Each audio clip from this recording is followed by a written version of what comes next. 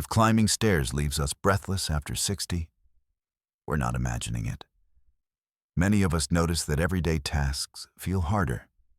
Even when our muscles still seem strong, we may rest more, slow our pace, or avoid activities we once enjoyed. And it can feel confusing because nothing else seems wrong. Here's the key insight most people never hear. What drops first as we age is not strength or willpower. It's our body's ability to use oxygen. Doctors call this VO2 max. In simple terms, it's how efficiently our heart, lungs, and muscles work together to deliver and use oxygen.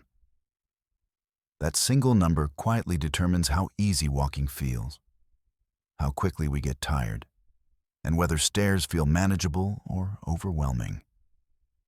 According to a 2024 study from the National Institutes of Health that followed adults for more than 12 years, VO2 capacity declined steadily with age. Even in people who were otherwise healthy and had no major heart disease, this drop often started before obvious weakness appeared. Why does this matter so much? Because lower VO2 max is strongly linked to shorter lifespan and earlier loss of independence. It affects how long we can live on our own, run errands comfortably, and keep up with family. Let's pause for a quick self-check. Do you need to stop halfway up a flight of stairs? Does fast walking feel much harder than it did a few years ago? Do simple outings drain your energy faster than expected? If any of those sound familiar, you're not alone. And there is realistic hope. Into this video, we'll walk through this step by step. Around minute 4, we'll explain why VO2 max drops faster after 60.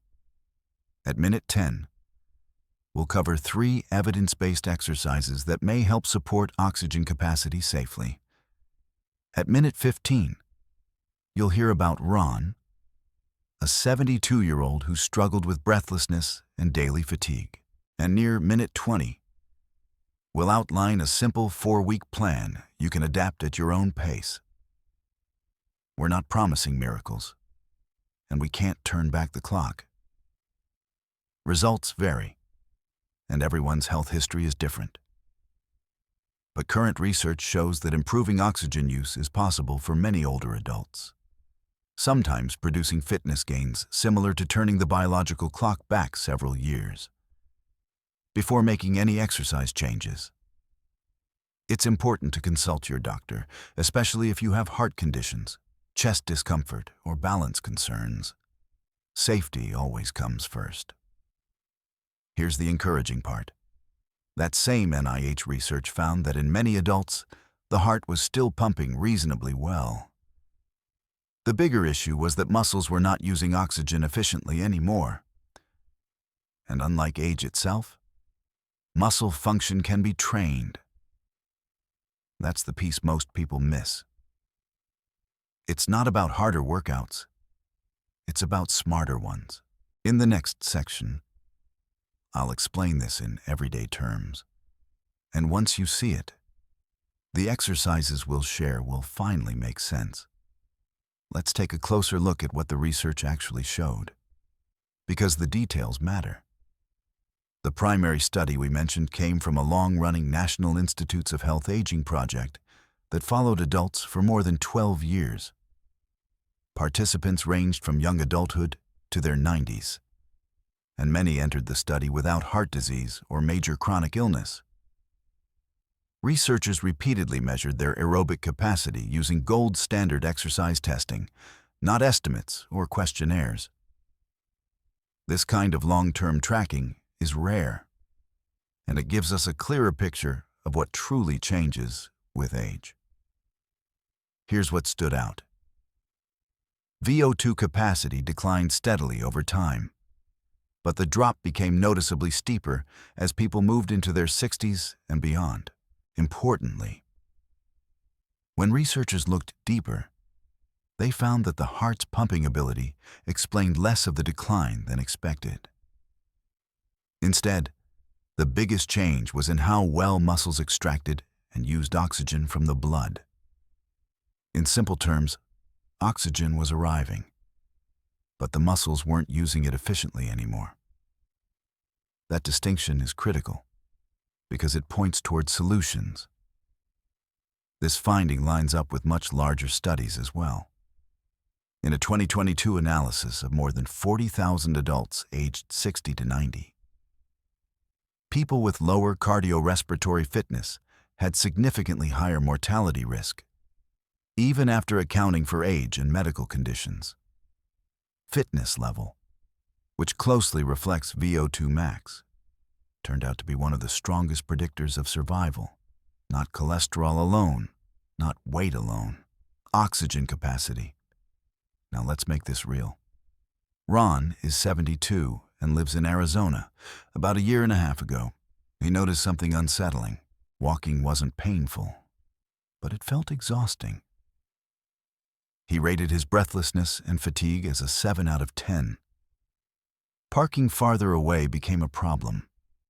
Stairs were avoided. Social activities slowly dropped off.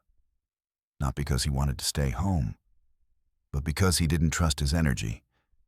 He tried casual walking on and off, but without a plan, it never stuck. And when his knees felt sore, he stopped completely. The turning point came during a school event for his grandchild. The walk from the parking lot forced multiple stops, and that moment hit him emotionally.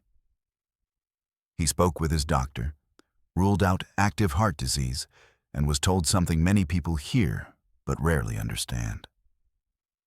Your heart is okay, but your conditioning has declined. In March of 2025, Ron began a structured but gentle routine focused on walking at a sustainable pace and rebuilding leg strength. Nothing extreme, nothing fancy. Within weeks, small changes appeared. By early summer, he could climb a full flight of stairs without stopping. His fatigue dropped from 7 out of 10 to about 3. As of January 2026, he maintains short, consistent sessions most days of the week. He isn't training for races, he's training for life. His story mirrors what researchers see again and again. When oxygen use improves, daily living improves with it. It's important to be honest here. VO2 decline isn't caused by one single factor.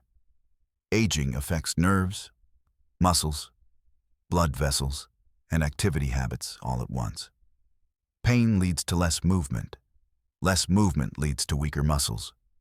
Weaker muscles use less oxygen, which makes activity feel harder, reinforcing the cycle. The mistake many of us make is assuming this decline is permanent and untouchable. Here's the key takeaway from the science.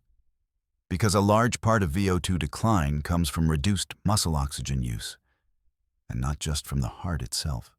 It opens a door. Muscles are adaptable at any age.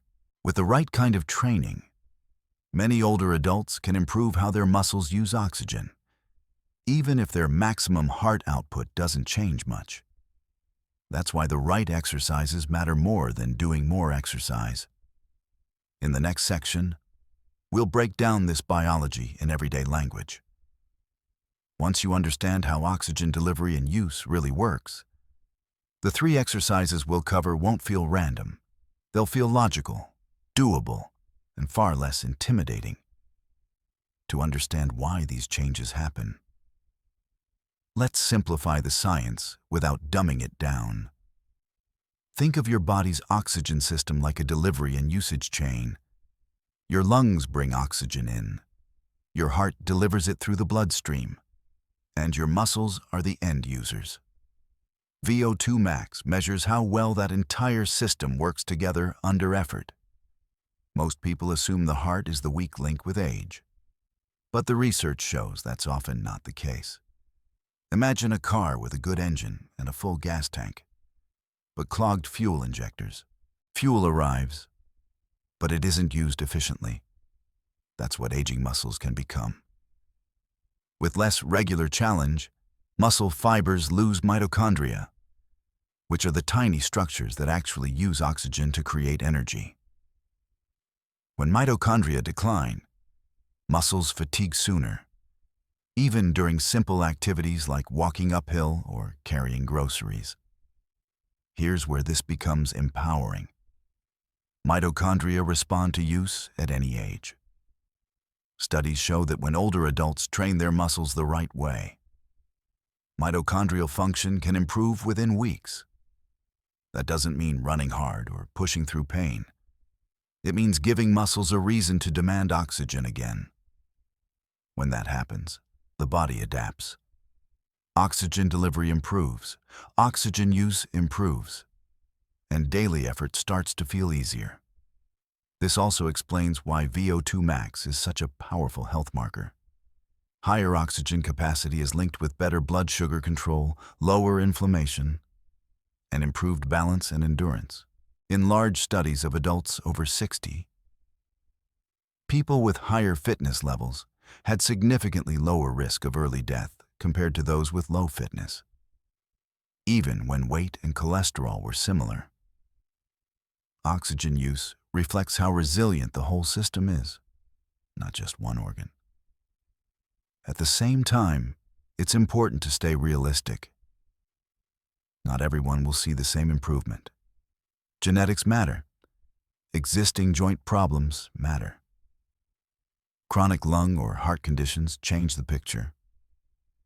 Most people do not feel dramatic changes in the first week or two.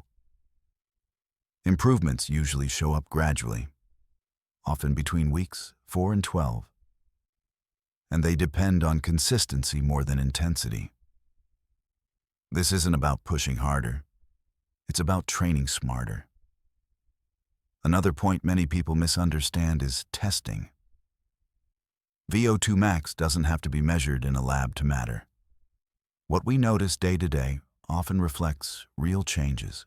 Can we walk faster without stopping? Can we climb stairs with less effort? Can we recover our breath more quickly? These functional signs usually improve alongside measured VO2. And they're what really matter for independence. So when we talk about improving VO2 after 60, we're not chasing an athletic number. We're protecting our ability to live fully.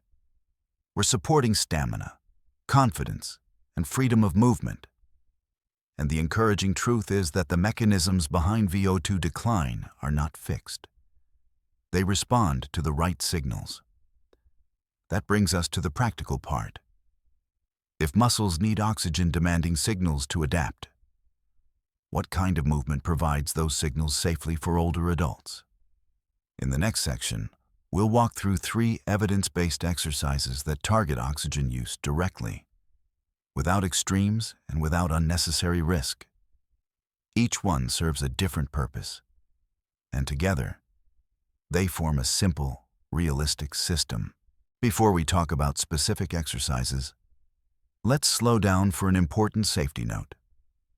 While the approaches we're about to discuss are backed by solid research and are generally safe for many adults aged 65 to 80, it's essential that we consult our doctor before making changes to our activity routine. This is especially important if we have heart disease, chest discomfort, uncontrolled blood pressure, balance problems, severe joint pain, or shortness of breath with minimal effort.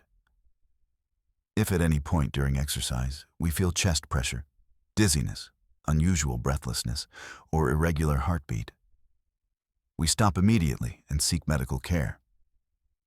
Our goal here is progress, not risk. The first exercise is the foundation, and it's often underestimated. This is steady, moderate movement, often called Zone 2 walking or cycling. In simple terms, this is movement that feels purposeful but controlled. We should be able to speak in short sentences, but not sing. Research shows this level of effort sends a powerful signal to muscles to improve how they use oxygen, especially in older adults. For most of us, this can be brisk walking on flat ground, walking outdoors, or using a stationary bike. We start small. 10 to 20 minutes, 3 days per week, is enough to begin. The key is consistency, not speed. Each week, we can add about 5 minutes until we reach 30 to 40 minutes per session. Many people notice that everyday tasks begin to feel easier within 4 to 6 weeks, even before formal fitness numbers change. Over 8 to 12 weeks, oxygen capacity often improves measurably. If we take medications like beta blockers that affect heart rate, we rely on how the effort feels rather than chasing a specific number. This approach costs nothing and fits into daily life, which is why it's so powerful. The second exercise is what actually nudges VO2 upward more directly. These are short, controlled effort bursts, sometimes called intervals. This does not mean sprinting or pushing to exhaustion. For older adults, safety comes from structure. We begin with a gentle warm-up of about 8 minutes. Then we alternate 30 seconds of a faster but controlled pace with 90 seconds of easy movement. We repeat this 6 times and finish with a short cool down. The entire session stays under 25 minutes. At first, we do this once per week. After 2 weeks, if recovery feels good and our doctor has cleared us, we may add a second session on a non-consecutive day. Research shows these short effort changes help muscles demand more oxygen, which encourages mitochondrial adaptation. Many people notice improved stair climbing and quicker breathing recovery within 3 to 6 weeks. If balance is a concern, a stationary bike is an excellent alternative. Again, this is about sending a signal, not suffering through discomfort. The third exercise is the most overlooked, yet it quietly supports everything else. This is lower body strength work. Our leg muscles are the largest oxygen users in the body. If they're weak, oxygen demand stays low, no matter how much we walk. Simple strength movements can be done safely at home and make a significant difference. A practical starting point includes 3 movements. First, sitting down and standing up from a chair, using arms only if needed. Second, stepping up onto a low step or stair while holding a rail for balance. Third, standing calf raises while holding a counter. We perform 2 sets of each, 2 to 3 times per week, starting with low repetitions. Strength improvements often appear within 3 to 5 weeks, and they amplify the benefits of walking and intervals over the following months. If we have osteoporosis or joint pain, range of motion and load should be adjusted, ideally with guidance from a physical therapist. Together, these 3 exercises work as a system. Steady movement builds the base. Short bursts challenge oxygen use. Strength training makes muscles capable of responding. None of them require extreme effort. None of them require a gym. And all of them can be adapted to our current level. The reason this combination works is simple. It targets the exact weakness aging research has identified. Not just the heart, not just the lungs, but how well muscles use oxygen. In the next section, we'll answer the most common questions people have at this point, including medication concerns, joint pain, timelines, and what to do if progress feels slow. At this point, most people have very practical questions, and that's a good sign. It means we're thinking about how this fits into real life, not just theory. One of the most common concerns is medication. If we're taking heart medications, blood pressure pills, or beta blockers, can we still do these exercises? In many cases, yes. But this is where consulting our doctor really matters. Medications like beta blockers lower heart rate, which makes heart rate targets unreliable. That's why we focus on how the effort feels instead of numbers. Blood thinners don't prevent exercise, but they do increase the importance of fall prevention and controlled movement. We never stop or change medications on our own. and we share our exercise plan with our healthcare provider so adjustments can be made safely. Another frequent question is about joint pain. Many people worry that walking faster or adding strength work will worsen knees or hips. The research and clinical experience suggest the opposite when exercise is done correctly. Muscles that are stronger and better conditioned reduce stress on joints. That said, pain is not a requirement for progress. Mild muscle discomfort is normal. Sharp joint pain is not. If pain increases and doesn't settle within 24 hours, we scale back. Using softer surfaces, supportive shoes, or a stationary bike can make a big difference. For ongoing joint issues, a physical therapist can tailor movements so they support oxygen use without aggravating pain. Timing is another big concern. How long before we feel anything? Most people don't notice major changes in the first week or two, and that can be discouraging. Typically, breathing recovery improves first. Stairs may still feel hard, but we catch our breath faster. Between weeks 4 and 6, daily tasks often feel less draining. More measurable improvements usually appear between weeks 8 and 12. This timeline matters, because stopping too early is one of the most common reasons people miss the benefits. Consistency beats intensity every time. Some people ask what it means if progress feels slow or uneven. That's normal. VO2 improvement is not linear. Sleep, stress, illness, and nutrition all affect how we respond. Missing a week doesn't erase progress. The goal is to return gently and keep going. If nothing improves after 3 months of consistent effort, that's a sign to reassess with a doctor. It may indicate anemia, lung disease, heart rhythm issues, or other conditions that need attention. Exercise is powerful, but it's also a diagnostic signal when things don't respond as expected. Cost and access come up often too. The good news is that none of these approaches require a gym membership. Walking is free, chair exercises are free, resistance bands are inexpensive.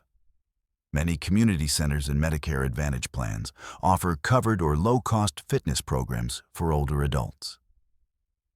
The biggest investment is time and patience, not money. Here's the most important reminder. These exercises are not about pushing through discomfort or proving toughness. They're about restoring capacity. We listen to our bodies. We adjust as needed. And we stay in communication with our healthcare team. When done this way, improving oxygen use becomes less intimidating and far more sustainable. Next, we'll put all of this together into a simple week-by-week roadmap. This will help us move from information to action without feeling overwhelmed.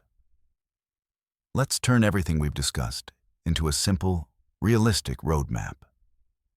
This is not a rigid program. It's a flexible structure designed to help us start safely and build confidence over time. The first week is an observation phase. We don't try to change everything at once. We simply notice how our body responds to movement. We take short walks at a comfortable pace, pay attention to breathing, and note how quickly we recover after stairs or chores. Writing this down, even briefly, helps us see progress later. During weeks 2 through 4, we begin gradual implementation. We schedule steady walking or cycling 3 days per week, starting with durations that feel manageable. We add 1 short interval session if our doctor has cleared us and recovery feels good. We also introduce simple leg strength movements 2 to 3 times per week, keeping repetitions low and form controlled. The goal during this phase is not improvement yet. The goal is consistency. Showing up matters more than pushing harder. Tracking progress doesn't require devices or apps. We can use simple markers. How many stops do we need on the stairs? How long does it take to catch our breath? Do we feel steadier when standing up from a chair? These signs often improve before we notice changes in endurance. If we prefer numbers, a timed walk over the same route once per week can work, but only if it feels motivating rather than stressful. As we move beyond the first month, we make small adjustments. We add a few minutes to steady sessions. We add one more interval round if recovery allows. We increase repetitions in strength exercises before adding any load. We check in with how joints feel the next day. Mild soreness is expected. Lingering pain is not. When something feels off, we scale back rather than stopping completely. It's also important to plan for interruptions, illness, travel, or family obligations happen. Missing a week does not erase progress. The mistake is waiting for the perfect restart. We simply resume at a slightly lower level and rebuild. This mindset keeps us moving forward without guilt. Throughout this process, communication with our healthcare provider remains key. If new symptoms appear, or if breathlessness doesn't improve at all after consistent effort, that's useful information to share. It may guide further evaluation and protect our health. Exercise works best as part of a partnership, not in isolation. By following this kind of roadmap, many people find that movement feels less intimidating and more purposeful. We're no longer guessing what to do.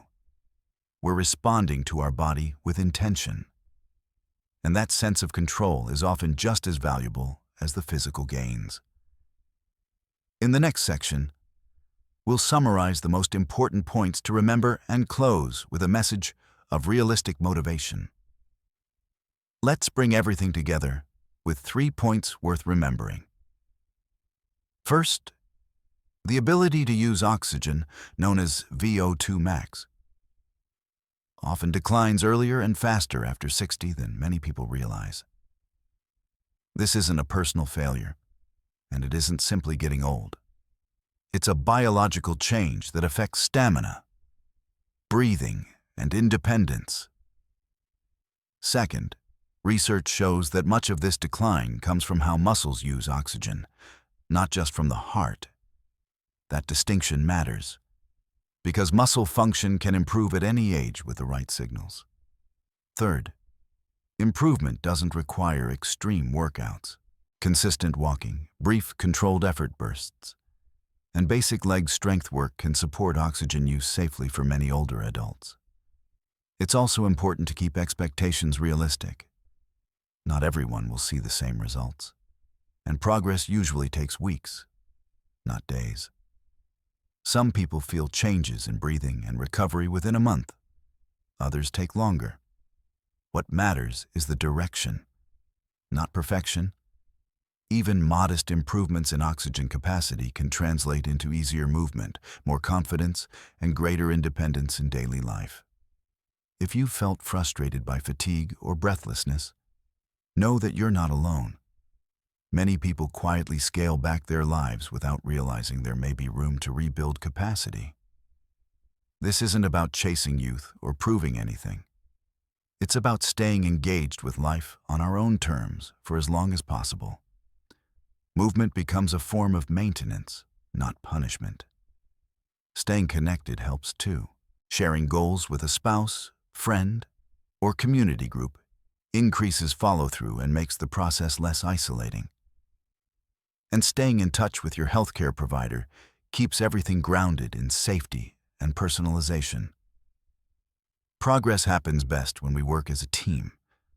As we age, our bodies change, but they don't shut down. They adapt to what we ask of them. When we ask wisely and consistently, many of us are surprised by what's still possible.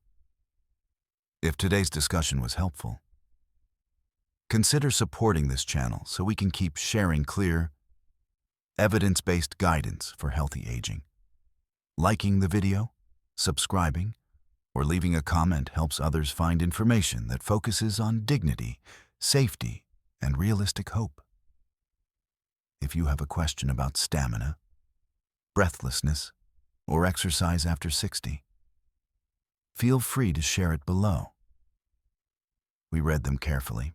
In the next video, we'll cover a simple way to estimate your oxygen fitness at home without a treadmill or lab equipment, and what the results really mean for daily life. Until then, take things one step at a time, consult your doctor before making changes, and remember that small, steady efforts can support meaningful change over time. Thanks for spending this time with us.